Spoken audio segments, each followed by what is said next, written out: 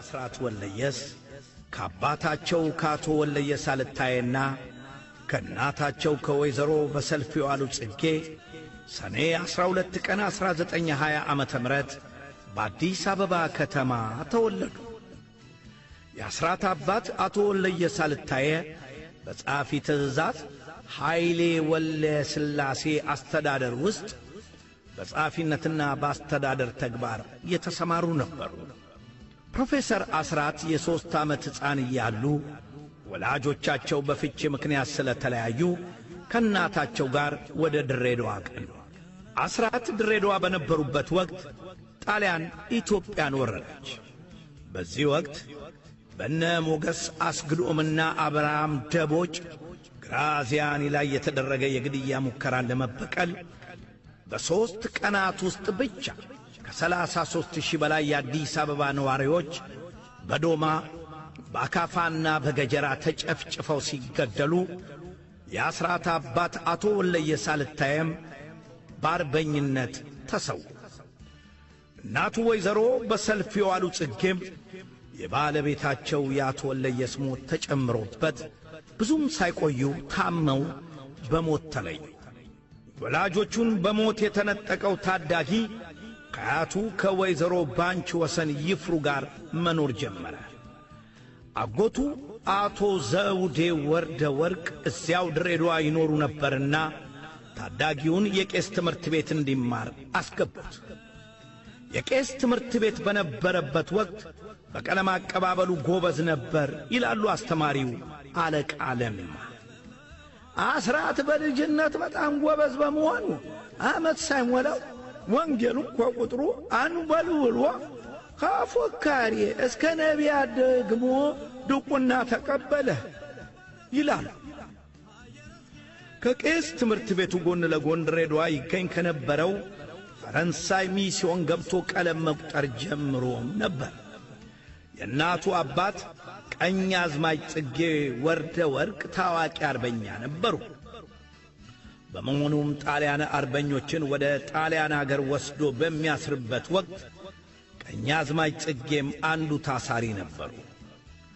ቀኛዝማች ጽጌ ከ3 ዓመት ተኩል እስር በኋላ ሀገራችን ነፃ ወጥታ ወደ ኢትዮጵያ ሲመለሱ አስራትን አዲስ አበባ አስመጥተው በ1934 ዓመተ ምህረት ተፈሪ መኮንን ትምህርት ቤት አስገቡት። ትምህርት ቤት በገባ በዓመቱ በ1935 ዓመተ ምህረት በተፈሪ መኮንን ትምህርት ቤት ከአጠቃላይ ተማሪዎች አንደኛ በመውጣት የካሜራ ተሸላሚ ለመሆን በቅቷል። በወቅቱ የአንደኛ ደረጃ ትምህርታቸውን ካጠናቀቁ ወጣቶች መካከል ላቅ ያለ ውጤት ያስመዘገቡትን ወደ ውጭ ሀገር ልኮ ማስተማር ተጀምሮ ነበርና አስራትም በዚሁ የትምህርት ዕድል ምክንያት ግብፅ ወደሚገኘው የእንግሊዞች ቪክቶሪያ ኮሌጅ ተላከ። በቪክቶሪያ ኮሌጅ ለ5 ዓመታት ትምህርቱን ከተከታተለ በኋላ በስኮላርሺፕ ለከፍተኛ ትምህርት ወደ ታላቋ ብሪታንያ ስኮትላንድ ኤደንብራ ዩኒቨርሲቲ አቀና። ወቅቱ ሕግ እንዲያጠና ከትምህርት ሚኒስትር ቢነገረውም አሻፈረኝ ብሎ የሕክምና ኮሌጁን ተቀላቀለ። ትምህርቱን እንደጨረሰም ፈጥኖ ወደ ሀገሩ ተመለሰ። በወቅቱ የጤና ጥበቃ ሚኒስትር የነበሩት ዕውቁ አርበኛ ደጃዝማች ፀሐይ እንቆስላሴ አስጠርተው የጤና ሚኒስትርነቱን ቦታ እንዲይዝ ይጠይቁታል። ዶክተር አስራት ግን አይሆንም ሲል ተቃወመ። በዚሁም የተነሳ የልዕልት ፀሐይ ሆስፒታልን ተቀላቀለ። ለ5 ዓመታት በልዕልት ፀሐይ ሆስፒታል ካገለገለ በኋላ ለተጨማሪ ትምህርት ወደ ታላቋ ብሪታንያ አገር አቀና። አደንብራ ዩኒቨርሲቲ ገብቶ ቀዶ ሕክምናን አጠና። በቀዶ ሕክምና ዘርፍ አስራት የመጀመሪያው ኢትዮጵያዊ ሐኪም ሆነ። እነ ዶክተር አስራት እስኪተኩት ድረስ የሀገራችን የሕክምና ዘርፍ በነጮች የተያዘ ነበረ። ዶክተር አስራት ከጓደኞቻቸው ጋር በመሆን የሕክምና ማሰልጠኛ እንዲከፈት በመወትወታቸው ምክንያት የጥቁር አንበሳን ሆስፒታል እውን አደረጉ። የጥቁር አንበሳ ሆስፒታል ሲቋቋም የቴክኒክ ኮሚቴውን የመሩት ዶክተር አስራት ነበሩ። እንደ አውሮፓውያን አቆጣጠር በ1965 ዓመተ ምህረት የጥቁር አንበሳ ሆስፒታል እውን ሲሆን ዶክተር አስራት ተባባሪ ፕሮፌሰር በመሆን የመጀመሪያ ኢትዮጵያዊ ዲን ሆኑ። በደርግ ወቅትም በካድሬዎች ይደረግባቸው የነበረውን ከፍተኛ ጫና ተቋቁመው ሀገራቸውን ሳይለቁ ሕዝባቸውን ሲያገለግሉ ቆይተዋል። በወቅቱ በተደጋጋሚ ወደ ዘመቻ የተላኩ ሲሆን የሄዱበትን ዘመቻም በክብር ለመወጣት በቅተዋል። በዚህም መሠረት በ1968 ዓመተ ምህረት በቀዶ ጥገና ሐኪምነት በቃኘ ሆስፒታል አስመራ፣ በ1970 ዓመተ ምህረት በራዛ ዘመቻ በቀዶ ጥገና ሐኪምነትና በቡድን መሪነት በመቀሌ ሆስፒታል፣ እንዲሁም በሰኔ 1971 ዓመተ ምህረት በቀዶ ጥገና ሐኪምነት ምጽዋ ዘምተው ግዳጃቸውን ተወጥተዋል። በሕክምናው ዘርፍ አስራት የተባለ ጸበል ፈልቋል እስከ መባል የደረሰ አንቱታን ያተረፉ ብቁ ሐኪም ነበሩ። ኢህአዲግ በብቃት ማነስ በሚል ከሌሎች 41 ምሁራን ጋር ከአዲስ አበባ ዩኒቨርሲቲ በ1985 ዓመተ ምህረት እስከሚያባረራቸው ድረስ ዩኒቨርሲቲውን በትጋት ያገለገሉ የሀገር ባለውለታ ነበሩ። በሙያቸው የተለያዩ ሽልማቶችን ያገኙ ሲሆን ጥቂቶቹን ለመዘርዘር ያክል የኢትዮጵያ የክብር ኮከብ የፈረሰኛ ደረጃ፣ የዳግማዊ ምኒልክ ኒሻን የፈረሰኛ ደረጃ፣ የአብዮታዊ ዘመቻ አርማ፣ ዓለም አቀፍ የወርቅ ሜርኩሪ በግል አስተዋጽኦ፣ የቀይ ባህር ኒሻን አንደኛ ደረጃ ይገኙበታል። የደርግ ሥርዓት ተሸንፎ ኢህአዲግና ሻዕቢያ ሥልጣኑን በተቆጣጠሩበት ወቅት ሰኔ 24 ቀን 1983 ዓመተ ምህረት በተደረገው የሽግግር መንግሥት ቻርተር ውይይት ላይ የከፍተኛ ትምህርት ተቋማትን ወክለው የተገኙት ፕሮፌሰር አስራት ሀገር ላስገነጥል ተወክዬ አልመጣሁም በማለት ተቃውሞ ያሰሙ ቆራጥ ጀግና ኢትዮጵያዊ ብቸኛው ሰው ነበሩ። ይህ ጉባኤ በኢትዮጵያ ሕዝብ ስም ምንም ጉዳይ ሊወስን፣ ሊያግድ ወይም ሊሰርዝ አይችልም በማለት ጉባኤው እያደረገው ያለው ውሳኔ ኢዲሞክራሲያዊ መሆኑን አስረግጠው ሞገቱ። በዚህ ንግግራቸውም የተነሳ ከጉባኤው ሲወጡ ብዙ ማስፈራሪያና ዛቻ ይካሄዱባቸው ነበር። የተከበሩ ፕሬዝዳንት፣ ምን እንኳን ቀደም ብዬ ለመናገር ሳይሆን ትንሽ ጸጥታ ስለበዛ ሌላው ደግሞ ክፍል እስኪያስብበት ድረስ ጸጥታውን ልጠቀምበት ብዬ ነው።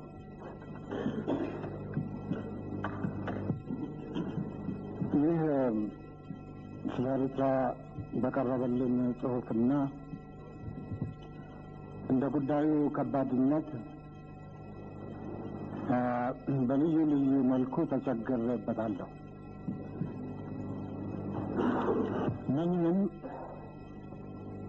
የዩኒቨርሲቲዎችና የከፍተኛ ትምህርት ተቋሞችን ምሁራኖች እንደመወከሌ መሰረት የእነሱን መመሪያ ሀሳብ ማግኘት ግዴታዬ ሲሆን ይህ እድል ባለመኖሩ የተከበሩ አቶ ኢሳያስ አፈወርቅ የህዝባዊ የአርነት ግንባር ኤርትራ መሪ እዚህ በማየቴ በእውነቱ በጣም ከፍተኛ ደስታ ሲሰማኝ አይቻቸው አላውቅም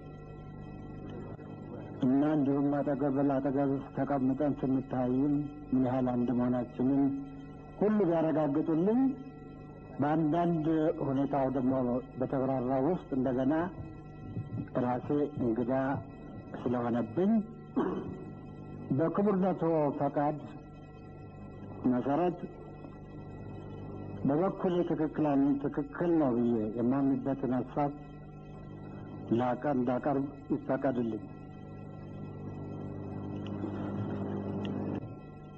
ይህ ጉባኤ በኢትዮጵያ ሕዝብ ስም ምንም ጉዳይ ሊወስን፣ ሊያግድ ወይም ሊሰርዝ አይችልም። ሆኖም የኢትዮጵያን የአሁኑን ተጨባጭ ሁናቴ በመመርኮዝ የወንድማማቾች ደም መፋሰስ የቆመ መሆኑን አሁን የሰፈነውን የሰላምና የዲሞክራሲያዊ ሂደት መሰረት በማድረግ የኢህአዴግና የህዝባዊ ግንባር ሓርነት ኤርትራን ልዩ ግንኙነት በመጠቀም ወንድማማችና እህትማማች የሆኑትን ህዝቦች መካከል የዘለቄታ ቅራኔ እንዲወገድ እና በኢትዮጵያዊነትና በይቅር እግዚአብሔር መሰረት በአስቸኳይ የሚስማሙበትን መንገድ መፈለግ የመሸጋገሪያው መንግስት ተቀዳሚ ተግባሩ እንዲሆን ጉባኤው እንዲያሳስብ ይህን ሀሳብ በአክብሮት አቀርባለሁ። ይህንን እድል ስለሰጡኝ ከልቤ አመሰግናለሁ። እሺ፣ ሌላ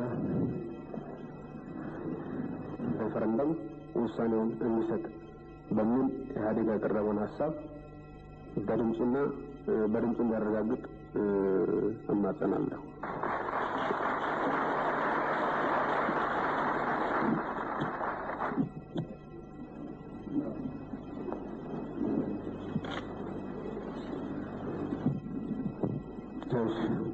ወደ ድምፅ አሰጣጥ እንሄዳለን። አንቀጽ 1 የሚለው የኢትዮጵያ የሽግግር መንግስት የኤርትራ ህዝብ የራሱን ዕድል ዓለም አቀፍ ቁጥጥር ባለበት ውሳኔ ህዝብ ወይም ሬፈረንደም የመወሰን መብት እንዳለው ይቀበላል።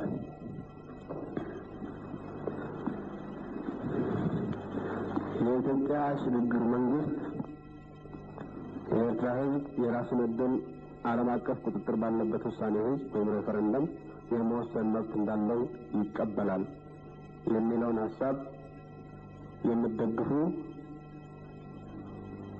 እጃችሁን አውጡ። የኢትዮጵያ የሽግግር መንግስት የኤርትራ ህዝብ የራሱን ዕድል ዓለም አቀፍ ቁጥጥር ባለበት ውሳኔ ህዝብ ወይም ሬፈረንደም የመወሰን መብት እንዳለው ይቀበላል የሚለውን የምትደግፉ እጃችሁን አውጡ።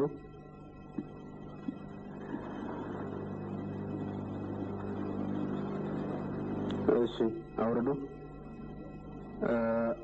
ይህንን ሀሳብ በተለያዩ ምክንያቶች አልቀበልም ወይም እቃወማለሁ የምትሉ እጃችሁን አውጡ። እቃወማለሁ የምትሉ እጃችሁን አውጡ። እሺ፣ እቃወማለሁ የሚል እሺ፣ ይህንን ሀሳብ በዚህ ጉዳይ ላይ ድምጽ መስጠት አልፈልግም ወይም አልችልም የሚል ካለ አብስቴን አደርጋለሁ የሚል ካለ አብስቴን አደርጋለሁ የሚል ካለ አንድ ታይኛል ሌላ አለ? እሺ አንድ ድምጽ የዩኒቨርሲቲ ተወካይ ድምጽ ሳይሰጡ ሲቀሩ የተቀረው ተቀብሎት የውሳኔ አልፏል ማለት ነው። ተመልካቾቻችን ይህ ፕሮግራም የሚተላለፈው አፍሪካ አዳራሽ ከሚገኘው የኢትዮጵያ ቴሌቪዥን ጊዜያዊ ስቱዲዮ ነው። ዜና እናሰማችሁ። ታሪካዊው የሰላምና የዲሞክራሲ ጉባኤ በድል ተጠቃለለ። በዛሬው ዕለት በመጀመሪያ የኤርትራን ጉዳይ ሰላማዊና ዲሞክራሲያዊ በሆነ መንገድ ለመፍታትና በሽግግር መንግስት መካከል ሊኖር የሚገባውን ግንኙነት በተመለከተ የኢትዮጵያ ሕዝቦች አብዮታዊ ዲሞክራሲያዊ ግንባር ለጉባኤው ያቀረበው መነሻ ሐሳብ ማሻሻያዎቹ ታክለው በንባብ ከቀረበ በኋላ ጉባኤው ድምጽ ሰጥቶበታል። በዚህ ጉዳይ ላይ የዩኒቨርሲቲ ተወካይ የሆኑት ግለሰብ ብቻ ድምጻቸውን ሲያቅቡ የተቀሩት ጉባኤተኞች በሙሉ ደግፈውታል። በዚህ መሰረት ለ30 ዓመታት ህዝቦችን ደም ሲያቃባ ይኖርውና አገራችን በድህነት አዘቅት ውስጥ የከተተው የኤርትራ ጦርነት ወደ እልባት የሚደርስበት መንገድ ተቀይሷል። በወቅቱ በኮንፈረንሱም ሆነ በሽግግር መንግስቱ ምንም ውክልና ያልነበረው የአማራ ህዝብ በየአካባቢው ግፍና መከራን ማስተናገድ ጀመረ። ይህ ሁኔታ ያሳሰባቸው ምሁራን በመነጋገር የመላው አማራ ህዝብ ድርጅትን ታኅሳስ 2 ቀን 1984 ዓመተ ምህረት መሰረቱ። የድርጅቱ ሊቀመንበርም ፕሮፌሰር አስራት ሆነው ተመረጡ። ፕሮፌሰር አስራት የተጣለባቸውን አደራ ለመወጣት በሀገር ውስጥና ከሀገር ውጪ ድርጅታቸውን ማስተዋወቅና የተቃጣውን የዘር ፍጅት ለመመከት ጥረት አደረጉ። ከሀገር ውጪ ጉዞ በማድረግ በስዊድን፣ በአሜሪካ፣ በዋሽንግተን ዲሲ፣ በሎስ አንጀለስና በኒውዮርክ በመዟዟር የድጋፍ ቻፕተሮችን አቋቋሙ። በሀገር ውስጥ በነበረው የሕዝብ ጥያቄ መሠረት በደብረ ብርሃን ዘርዓ ያዕቆብ አደባባይ ታኅሳስ 11 ቀን 1985 ዓመተ ምህረት በተካሄደው ሕዝባዊ ስብሰባ ታሪካዊ ንግግር አደረጉ። የድርጅታቸው በአጭር ጊዜ ውስጥ ተቀባይነት ማግኘት እረፍት የነሳው የሽግግር መንግሥት ፕሮፌሰሩን ጦርነት ቀስቃሽ ንግግር አድርገዋል ሲል ከሰሳቸው። የዚህን ንግግር ጦርነት ቀስቃሽ መባል የሰማ የአካባቢው ሕዝብም እስካሁን አማራንን አማርኛ እናውቃለን ስንል ኖረናል፣ አሁን ግን በሽግግር መንግሥቱ በአዲስ መልክ መማር ይገባል ነው ሲል ምጸቱን ገልጾ ነበር። በዚህም የተነሳ ማዕከላዊ ወንጀል ምርመራ ተጠርተው በ50 ሺህ ብር ዋስትና ከአገር እንዳይወጡ እገዳ ተጥሎባቸው ተለቀቁ። በዚያው ዓመት ከጎጃም ከመጡ አርሶ አደሮች ጋር አሲረዋል በሚል ለጥያቄ ይፈለጋሉ ተብለው ሐምሌ 5 ቀን 1985 ዓመተ ምህረት ተጠርተው በ20 ሺህ ብር ዋስትና ተለቀቁ። ከዚያ በኋላ ሐምሌ 12 በነበረው ተለዋጭ ቀጠሮ ዋስትናቸው ተነስቶ ለ43 ቀናት ከታሰሩ በኋላ ነሐሴ 24 ቀን 1985 ዓመተ ምህረት ሊፈቱ ችለዋል። በወቅቱ በተደጋጋሚ እየተጠሩ ዋስትና ከመጠየቃቸው የተነሳ የዋሶች ባንክ ማደራጀት ሳይኖርብኝ አይቀርም ሲሉ ምሬታቸውን ገልጸው ነበር። ከተደጋጋሚና አሰልቺ የፍርድ ቤት ምልልስ በኋላ ሰኔ 20 ቀን 1986 ዓመተ ምህረት የዋለው ችሎት ከጎጃም ገበሬዎች ጋር አሲረዋል በሚለው ክስ የ2 ዓመት እስር ተፈረደባቸው።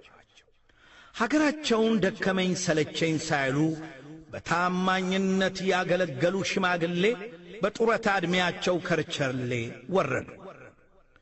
በወቅቱ አምነስቲ ኢንተርናሽናል ፕሮፌሰሩን የህሊና እስረኛ ሲላቸው የፍርድ ሂደቱንም መረጃ አልባ ሲል አጣጥሎታል። ይህ በእንዲህ እንዳለ በእንጥልጥል የቆየው ደብረ ብርሃን ንግግር ክስ ተቀስቅሶ በሳምንት እስከ 2 እና 3 ጊዜያት ፍርድ ቤት መመላለሱ የሰለቻቸው ፕሮፌሰር አስራት ለችሎቱ የምታውቁትን ውሳኔ የዛሬ 6 ወይም 9 ወር ከምትሰጡኝ ዛሬውኑ አሳውቁኝና እስር ቤት ቁጭ ብዬ መጽሐፍ ላንብብ ሲሉ በምሬት ተናግረው ነበር። ታኅሳስ 18 ቀን 1987 ዓመተ ምህረት በዋለው ችሎት ፕሮፌሰሩን የ3 ዓመት እስር በየነባቸው። በዚህ ሂደት ውስጥ ፕሮፌሰር አስራት ከ150 ጊዜ በላይ ፍርድ ቤት ተመላልሰዋል። ከርቸሌ ታስረው በነበሩበት ወቅት ከፖለቲከኛ እስረኛ ተለይተው ከፍትሐ ብሔር እስረኞች ጋር እንዲቆዩ የተደረገ ሲሆን መጻሕፍትና ጠያቂም በፈለጉት መጠን አያገኙም ነበር። የስር አያያዛቸው የከፋ ከመሆኑ ጋር ተያይዞ በ1972 ዓመተ ምህረት የጀመራቸው የልብ ሕመማቸው ተባብሶ እንዲሁም የስኳር መጠናቸው በመጨመሩ ከፍተኛ የጤና ችግር ላይ ወደቁ። ለብዙ በሽተኞች መድኃኒት የነበሩት አስራት ሕክምና ተከልክለው የበሽታ መጫወቻ ሆኑ። ከስኳራቸው ከፍ ማለት ጋር ተያይዞ ዓይናቸው ማየት ተሳነ። ሰውነታቸውም እንደፈለጉ ሊታዘዝላቸው አልቻለም። የልብ ድካማቸው እየጨመረ ሲመጣ ሕክምና እንዲያገኙ ለጠቅላይ ሚኒስትሩ ደብዳቤ ጻፉ። መፍትሄ ግን አላገኙም። የኋላ ኋላ ሲዳከሙ ወደ ጥቁር አንበሳ ሆስፒታል ቢወሰዱም ሕመማቸው ከፍተኛ ደረጃ ላይ የደረሰ በመሆኑ መፍትሄ ሊያገኙ አልቻሉም። በወቅቱ ፕሮፌሰር አስራት ወልደየስ ከስር ተፈተው በውጭ አገር ሕክምና ያገኙ ዘንድ ከፍተኛውን ሚና ስትጫወት የነበረችው ዓለም አቀፍ ሞዴሊስት የሐረር ወርቅ ጋሻው ነበረች። የሐረር ወርቅ በጊዜው የነበረውን ነገር በዚህ መልኩ ተርካው ለታሪክ አስቀምጣልናለች። የወያኔው አገዛዝ ከእስር ቤት ለመልቀቅ ፈቃደኛ እስከሆነ ድረስ ፕሮፌሰር አስራት በቴክሳስ እንዲሁም በሂውስተን የሚገኙ ሐኪም ቤቶች ፈቃደኛ መሆናቸውን ለአፍሪካ መሪዎች፣ ለአፍሪካ አንድነት ዋና ጸሐፊ በማቅረብ በአፍሪካ አገሮች አምባሳደሮች በተለይ በዛይር አምባሳደር ቦቢና የተሠራው የዲፕሎማሲ ሥራ ትልቁን ሚና በመጫወትና መለስ ዜናዊን አጣብቂ ውስጥ በመክተት ፕሮፌሰር አስራት በአስቸኳይ ይፈቱ፣ ሕክምና ተገኝቶላቸዋል ብለው በአንድ ቃል በመነሳታቸው ምንም ሊያደርግ አልቻለም ከመፍታት ሌላ። በማያዝ ፕሮፌሰር አስራት ተፈተው ሲመጡ ወደ ሂውስተን ቴክሳስ የመለስና የስዩም መስፍን ካድሬዎች ጠያቂ መስለው አደጋ እንዳይጥሉባቸው መርፌም ወቅተው ቢሆን የማይሸትና ምንም ጣዕም የሌለው መርዝ ሰጥተው ፕሮፌሰር የተኙበት ክፍል በሩ ላይ በየ2 ሰዓቱ የሚቀያየሩ አገር ወዳዶች ይጠብቋቸው ዘንድ ወደ 20 ሰዎች ፈቃደኞችና ታማኞች አቀነባበርኩኝ።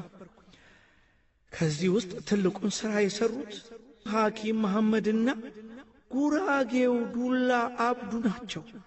አክብሮቴና ፍቅሬ ለእነዚህ 2 ኢትዮጵያውያን ወንድሞቼ የአገሬ የኢትዮጵያ ልጆች በጣም ከፍ ያለና በሕይወት እስካለው የማረሰው ኩራት በልቤ ያስቀመጡ ናቸው። በብሔር አልመጡም፣ ብሎም በሃይማኖት በኢትዮጵያዊነትና በኢትዮጵያ አንድነት ላይ ብቻ ቆመው የዜግነት ግዴታቸውን ልክ ሐኪም መሐመድና ዱላ አብዱ ተወጥተዋል። በመጨረሻም ትንሽ እንደተሻላቸው ዘመዶቻቸው ወደሚገኙበት ፊላደልፊያ ከወር በፊት ተዛውረው በነበረበት ወቅት ባልታወቀ ምክንያት ሕመማቸው ተባብሶ ተዳከሙ። ሞትን ድል ሲያደርጉት የኖሩት ሐኪም ግንቦት 6 ቀን 1991 ዓመተ ምህረት ፊላደልፊያ በሚገኘው ፔንሲልቬንያ ዩኒቨርሲቲ ሆስፒታል በሕክምና ሲረዱ ቆይተው በዕለተ ዓርብ በተወለዱ በ71 ዓመታቸው አረፉ። በወቅቱ የፕሮፌሰሩ ሞት ትልልቅ የዓለም መገናኛ አውታሮች ሰፊ ሽፋን ሰጥተውት ነበር ብላለች። የፕሮፌሰሩን አስክሬን ታላላቅ እንግዶች ቤተሰቦችና አድናቂዎቻቸው በተገኙበት ግንቦት 15 ቀን በዋሽንግተን አካባቢ ቨርጂኒያ ውስጥ አሸኛኘት ተደረገለት። በዚሁ ሥነ ሥርዓት ላይ ራሳቸው በጠና ሕመም ላይ ሆነው ሳለ የተገኙት ዕውቁ የሥነ ጽሑፍ ሰው ሎሬት ጸጋዬ ገብረ መድኅን ምርኩዛቸውና በሰው ተደግፈው ወደ መድረክ በመውጣትና የፕሮፌሰር አስራትን አስክሬን በመጠጋት እንዲህ በማለት ነበር የተሰናበቷቸው። ዛሬ ሐቀኛ ኢትዮጵያዊነት የሕዝብ ወገናዊነት ወንጀል በሆነበት ጊዜ አስራት አንተ ከኢትዮጵያዊነት በስተቀር ሌላ ወንጀል የለብህም። ዛሬ የኛ ምስክርነት ላንተ አያስፈልግም። አስራት ከሰማዕታት ጎን ቆመ፣ ግን የሞት ክላትን እኛ ምድራውያኑ እንዴት እንደ ተቀራመትናት የምትጠይቀን፣ ገበናዋን እንዴት እንዳረከስነው የምታጋልጠን፣ በጦርነት አለንጋ ገላዋን እንዴት እንደ ጠጋገንላት የምትመሰክርብን አንተ ነህ።